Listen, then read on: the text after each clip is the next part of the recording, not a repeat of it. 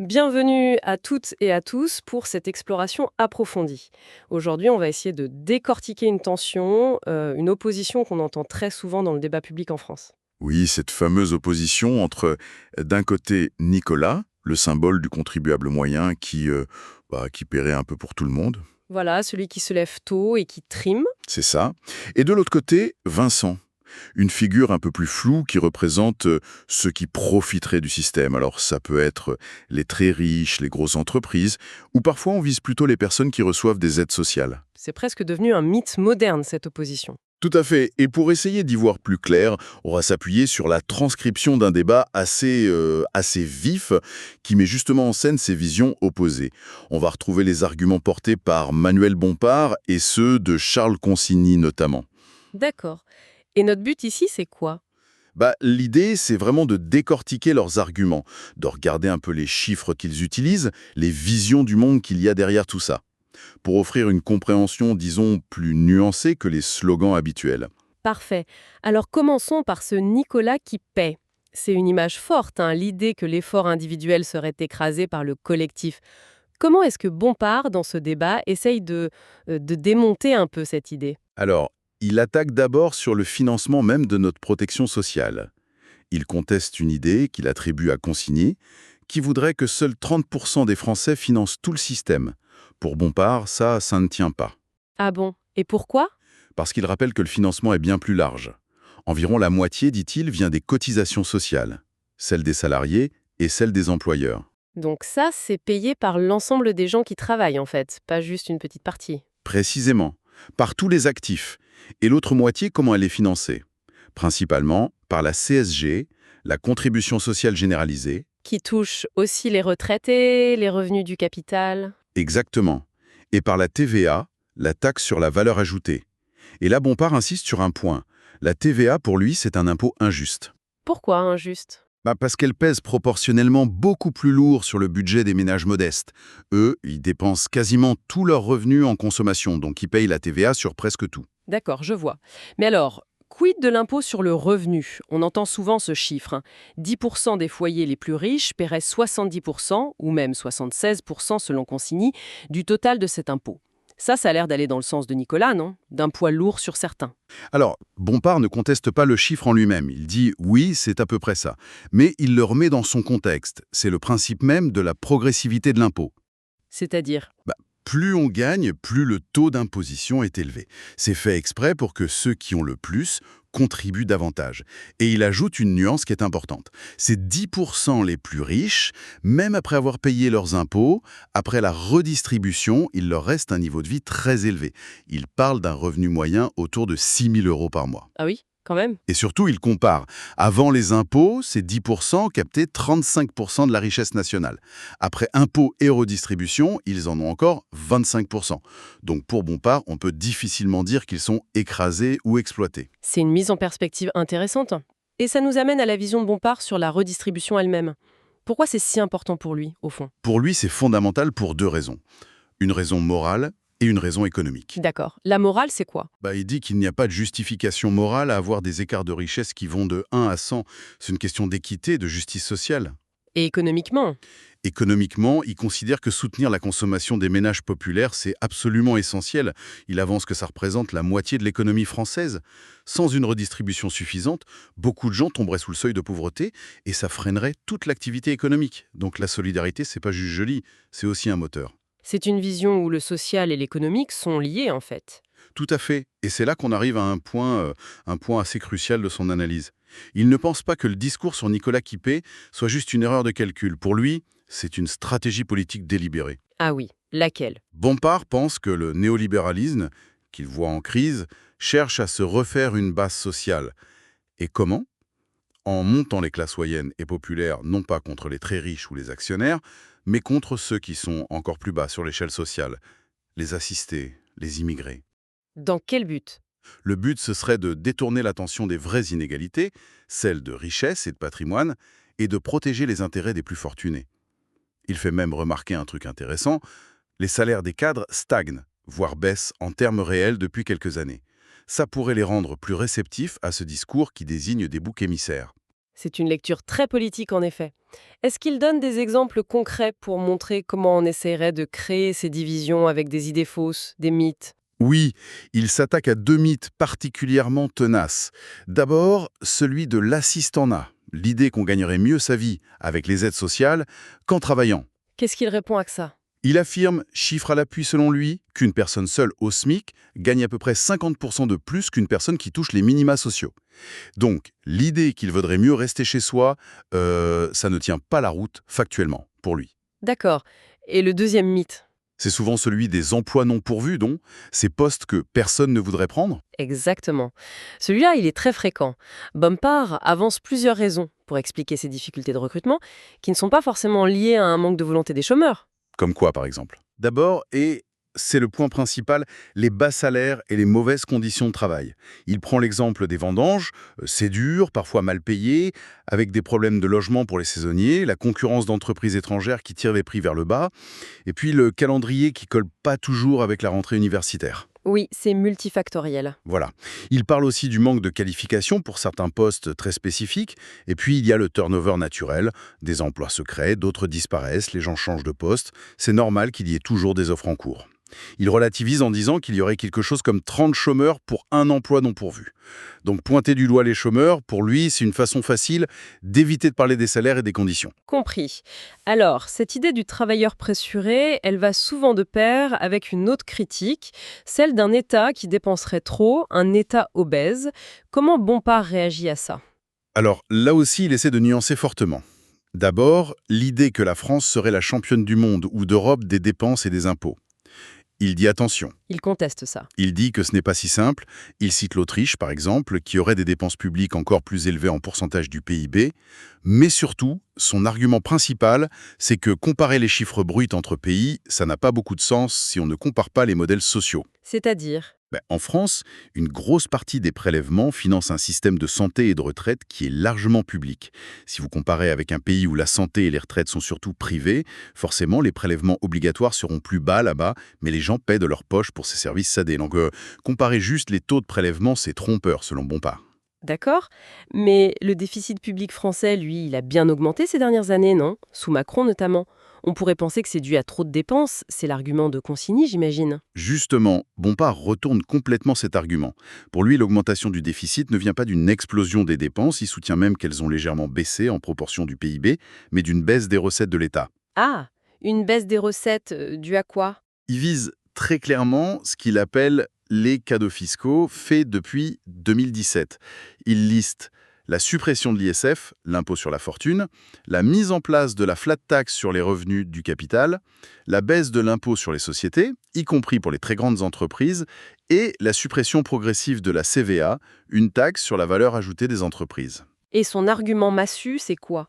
C'est de dire, si on avait gardé le même niveau de recettes publiques par rapport au PIB qu'avant l'arrivée de Macron, eh bien aujourd'hui, le déficit serait sous les 3% du PIB.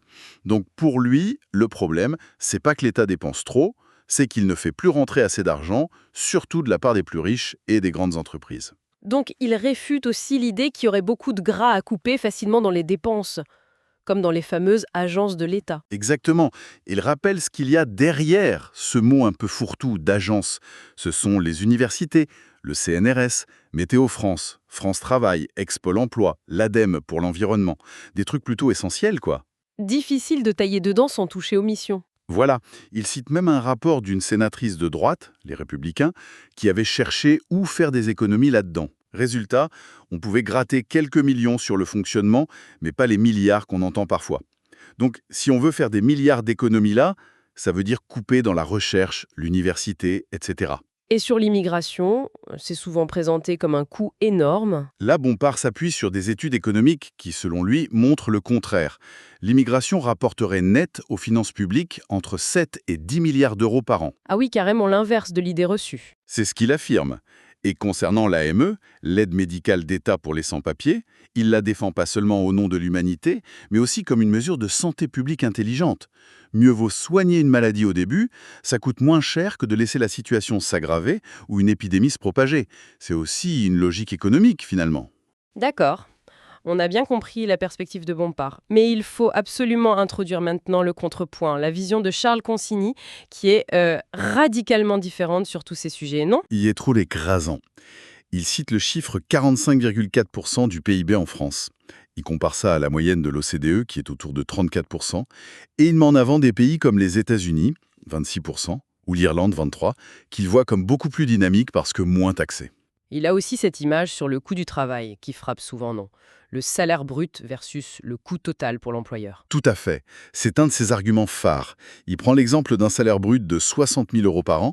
En France, dit-il, ça coûte en réalité 95 000 euros à l'entreprise. Il compare au Danemark, ce serait 62 000, en Suisse, 68 000. Cet écart énorme sont les charges, comme il dit. Terme que Bompard n'aime pas, lui préfère cotisation sociale. Exactement. La sémantique est importante ici. Consigny utilise aussi cette métaphore du salarié qui travaillerait 199 jours pour l'État et seulement 166 jours pour lui-même. C'est très parlant, même si le calcul peut être discuté. Et donc, à l'inverse de Bompard, qui voit peu de marge de manœuvre pour couper dans les dépenses sans toucher à l'essentiel, Consigny, lui, il voit du gras partout. Ah oui, lui, il n'hésite pas à identifier des postes de dépenses à réduire drastiquement. Il parle de France Télévisions, l'audiovisuel public, il balance un chiffre de 5 milliards d'euros par an. Bon, il faudrait voir ce que ça recouvre exactement, mais l'intention est claire. D'autres cibles? Les subventions aux associations, il avance un chiffre de 25 milliards. Là aussi, Bompard conteste en disant que c'est surtout des exonérations fiscales, pas des chèques directs. Consigny cible aussi le CESE, le Conseil économique, social et environnemental, une assemblée consultative qu'il juge inutile. Et il va même chercher des exemples très locaux, genre la mairie de La Rochelle qui financerait de la crème solaire, pour illustrer ce qu'il appelle le gaspillage. On voit bien l'opposition totale des diagnostics. Consigny, il arrive avec une idée un peu provocatrice. Il faudrait plus de Nicolas et plus de Vincent. Qu'est-ce qu'il veut dire par là? Son égué de base, c'est la liberté individuelle, la responsabilité. Il veut que les gens puissent garder le fruit de leur travail, que l'effort, le talent, la prise de risque soient mieux récompensés. Il est convaincu que les impôts et les charges en France sont tellement élevés que ça décourage les gens de travailler, d'entreprendre, d'investir. Donc, plus de Nicolas, ça veut dire moins d'impôts sur le travailleur moyen. Voilà. Et plus de Vincent, ça veut dire plus d'incitation pour ceux qui créent de la richesse, les entrepreneurs, les investisseurs, moins de pression fiscale sur eux aussi. Ce qui est intéressant, c'est que sur un point, il semble d'accord avec Bompard, le constat que certains trucs ne marchent pas bien. Il reconnaît que les services publics, les hôpitaux, la police, la justice, les transports, sont en difficulté. Oui, le constat est souvent partagé. On voit bien que l'hôpital craque, que la justice manque de moyens. Mais là où il diverge totalement, c'est sur le pourquoi. Quelle est l'explication de Consigny? Pour lui, si ça ne marche pas, ce n'est pas par manque d'argent qu'il faudrait aller chercher avec plus d'impôts, c'est au contraire parce qu'il y a trop d'impôts globalement, trop de dépenses publiques qui sont mal gérées, trop de redistribution qui finit par étouffer l'économie et rendre l'État inefficace. Il y a trop de gras, pas assez de muscles si on veut. Et donc, sa solution principale pour redresser la barre, la mesure choc qu'il met en avant? La différence politique majeure qu'il assume totalement, c'est de travailler plus longtemps. Il met sur la table le report de l'âge légal de départ à la retraite.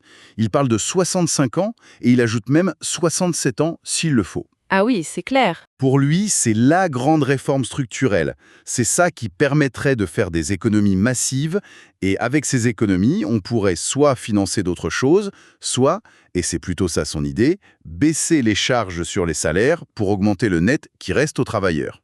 Il insiste beaucoup sur la nécessité de réformer, de couper dans le gaspillage. Et il laisse aussi entendre qu'il faudrait augmenter le temps de travail par semaine, peut-être revenir aux 39 heures. Bon, on a bien fait le tour des deux argumentaires. Le fossé est immense, c'est clair. On a vraiment deux projets de société qui s'affrontent là. C'est exactement ça. Le nœud du problème, c'est vraiment la redistribution. Est-ce qu'elle est juste, nécessaire et même bonne pour l'économie, comme le pense Bompard, ou est-ce qu'elle est devenue excessive, injuste pour ceux qui créent la richesse et mauvaise pour l'économie, comme le dit Consigny? Et de cette divergence découle tout le reste. Tout le reste. Comment on finance les services publics? Est-ce qu'on taxe plus le capital, les profits? Ou est-ce qu'on réduit les dépenses et on travaille plus longtemps? Quel rôle pour l'État? Quelle part de liberté on accepte de céder au collectif? C'est des questions fondamentales.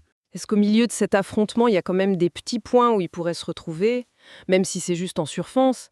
Par exemple, ils disent tous les deux que la santé, l'éducation, c'est important, non? Oui, sur le principe, personne ne va dire le contraire. La santé, l'éducation, la sécurité. Mais dès qu'on creuse un peu, comment on finance? Quelles sont les priorités? Faut-il plus de public, plus de privé, des partenariats? Là, les désaccords reviennent tout de suite, et ils sont massifs. D'accord. Ils sont aussi d'accord pour dire qu'il y a un problème de bas salaire en France. Mais là encore, les causes et les solutions sont opposées. Pour Bompard, c'est un problème de partage de la valeur ajoutée. Il faut plus de pression sur les entreprises pour qu'elles augmentent les salaires. Pour Consigny, c'est le poids des cotisations sociales qui écrase les salaires nets, donc il faut baisser ces cotisations. Et ce moment où Consigny se dit comme Joe Biden sur les impôts des riches, c'était surprenant, hein. Oui, c'était un moment assez cocasse du débat. Il dit qu'il est d'accord avec Biden sur le fait que les ultra-riches doivent payer leur juste part et qu'il faut lutter contre l'optimisation fiscale agressive. Mais bon, j'imagine que la définition de la juste part ne serait pas tout à fait la même pour Consigny et pour Bompard. On peut le supposer, c'est sûrement une convergence de façade. Il faut aussi noter que Bompard replace ce débat français dans un contexte plus large. Il s'inquiète d'une tendance mondiale à la droitisation, à l'autoritarisme, au rejet de l'écologie, en citant Milei en Argentine, Trump. Et Consigny, lui, son inquiétude, c'est plutôt l'exode. Oui, il exprime la crainte d'une émigration massive des talents, des entrepreneurs, des capitaux qui fuiraient une France qu'il juge surtaxée et trop réglementée. Au final, on en revient toujours à notre point de départ.